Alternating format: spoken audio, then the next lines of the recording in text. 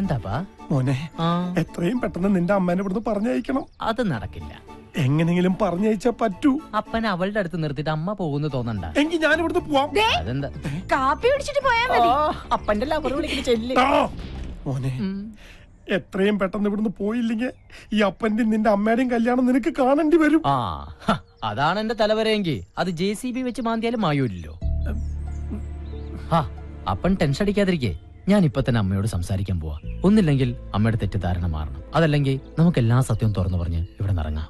അത് പിന്നെ ഞാൻ കാരണം അപ്പന്റെ അമ്മയുടെ സ്നേഹവും വിശ്വാസവും നഷ്ടപ്പെടാൻ ഞാൻ അനുവദിക്കില്ല. ആരും അറിയാതെ നീ ലക്ഷ്മിയോട് സംസാരിച്ചാ മതി. അറിയട്ടെ, അറിഞ്ഞാലെന്താ? സ്വസ്ഥമായൊരു ജീവിതം ഇല്ലെങ്കിൽ തൊഴിലും കാശും ഉണ്ടായിട്ട് എന്താപ്പാ കാര്യം? മോനെ അപ്പാ, ഈ ചുറ്റുമതിനുള്ളിൽ അവസാനിക്കാനുള്ളതല്ല നമ്മുടെ ലോകം. എന്നാലും അപ്പം ടെൻഷൻ അടിക്കാതിരിക്കാൻ നോക്കട്ടെ.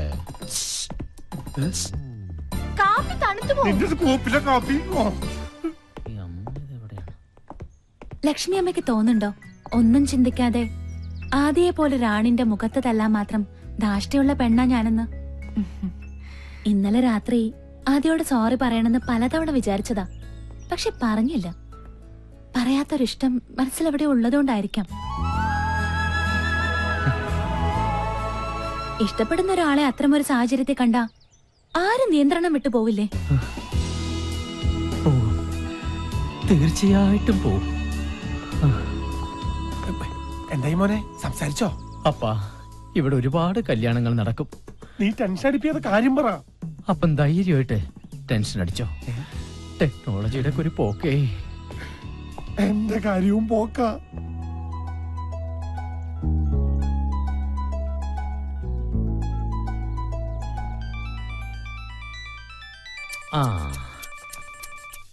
ഈ വിളി പ്രതീക്ഷിച്ച് ഞാൻ എത്ര നേരമായി കാത്തിരിക്കുന്നു എന്റെ മോളെ.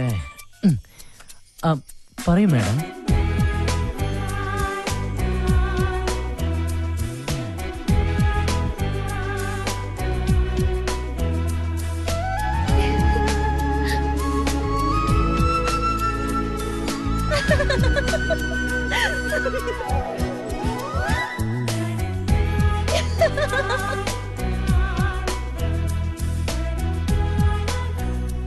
ചൂണ്ടയിൽ കൊത്തുമീനെ അങ്ങോട്ട്.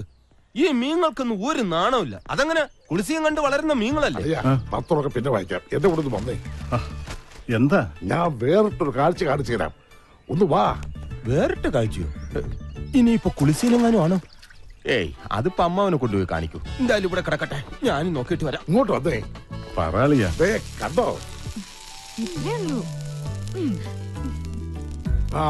എന്റെ ചന്ദ്രപതിയുടെ പ്രാർത്ഥനയുടെ ഫലമാ. എന്ത് മിന്നു ദോശ ഇടുന്നത്? ക്ഷേത്രങ്ങളായ ക്ഷേത്രങ്ങൾ മുഴുവൻ മുട്ടിറക്കി എന്റെ മുട്ട് മുഴുവൻ നീരാകളിയാ. മുട്ടിറക്കാ പിന്നെ മുട്ടിനല്ലാതെ പെടലിക്ക് നീര് വരും.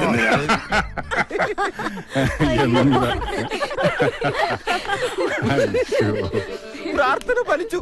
ഒരു ബ്ലാക്ക് ആൻഡ് വൈറ്റ് ദോശ.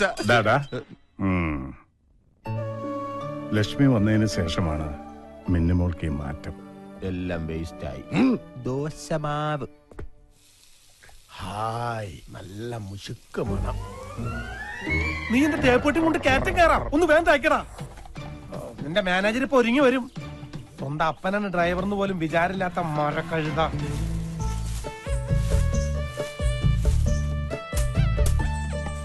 ആണ് സഖി ഞാൻ വെറുമൊരു പാമ. നീ ഇവിടെ പൊട്ടനാന്നുള്ള കാര്യം മറക്കണ്ടാട്ടാ. പൊട്ടന്മാർക്ക് സംസാരിക്കാൻ പാടില്ലെന്നല്ലേ ഉള്ളൂ. പാടാലോ. പാടാത്ത പൊട്ടനും പാടൂ, പാടാത്ത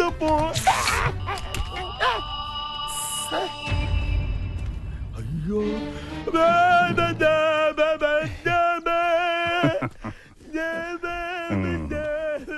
പൊട്ടനാണേലും നല്ല താളമുണ്ട്. സാറെന്തിവിടെ? അല്ല, അന്നിക്ക് ഇവിടെ എല്ലാ സൗകര്യങ്ങളും ഉണ്ടോ? കൊതുകിന്റെ ശല്യം? അതിനത് കൊച്ചിയല്ലല്ലോ, കൊട്ടാരല്ലേ. വെറുതെ അല്ല ആ ലീല നിന്റെ വലയിൽ വീണത്. കോമഡി പറയുന്നവരെ ഐശ്വര്യ റോയ്ക്ക് വരെ ഇഷ്ടാവട്ടോ. സത്യമായിട്ട് സാറേ, ഞാൻ താനൊന്നും പറയണ്ട. ഇന്ന പ്രായത്തില് പ്രേമിക്കാവുള്ളെന്ന് ആരെങ്കിലും എവിടെയെങ്കിലും എഴുതി വെച്ചിട്ടുണ്ടോ? ഈ പ്രണയം എന്ന് പറയണത് വാർദ്ധക്യം ബാധിക്കാത്ത ഒരു വികാരമാണല്ലോ. സത്യം പറഞ്ഞാൽ ഞാനും ഇപ്പൊ അത്തരത്തിലൊരു ഇതിലാണ്.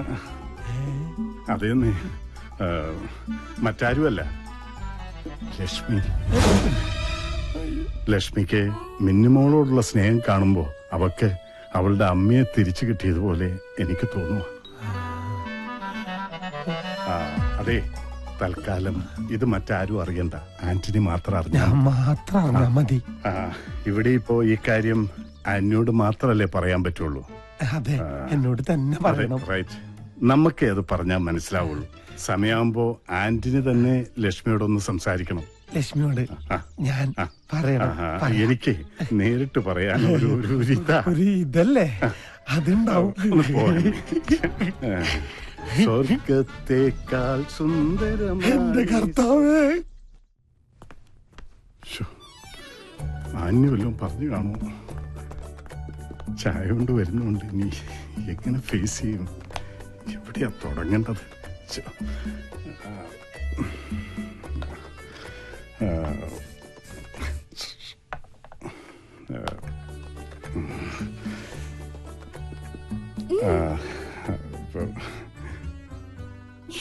നിന്നോട് ഞാൻ ചായ ചോദിച്ചില്ലല്ലോ.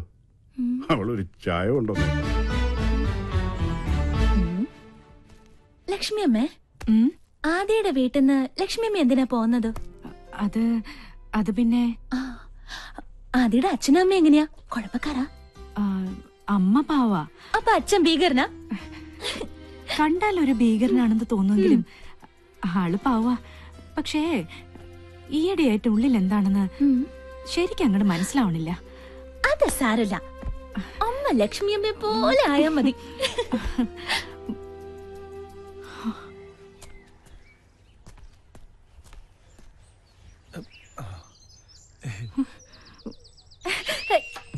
ഈ ആന്റണി ചായന്റെ ഒരു കാര്യം, എപ്പോ ഓഫീസിൽ പോകാൻ ഇറങ്ങിയാലും എന്നെ കാണണം.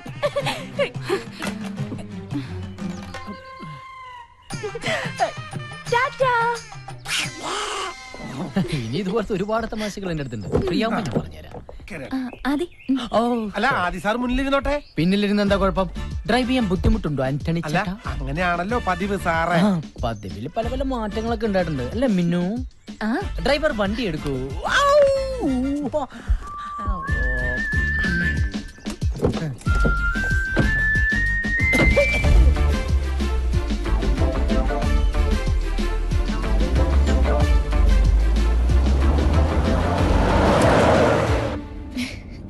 ആദി, ഇത് കണ്ടോ?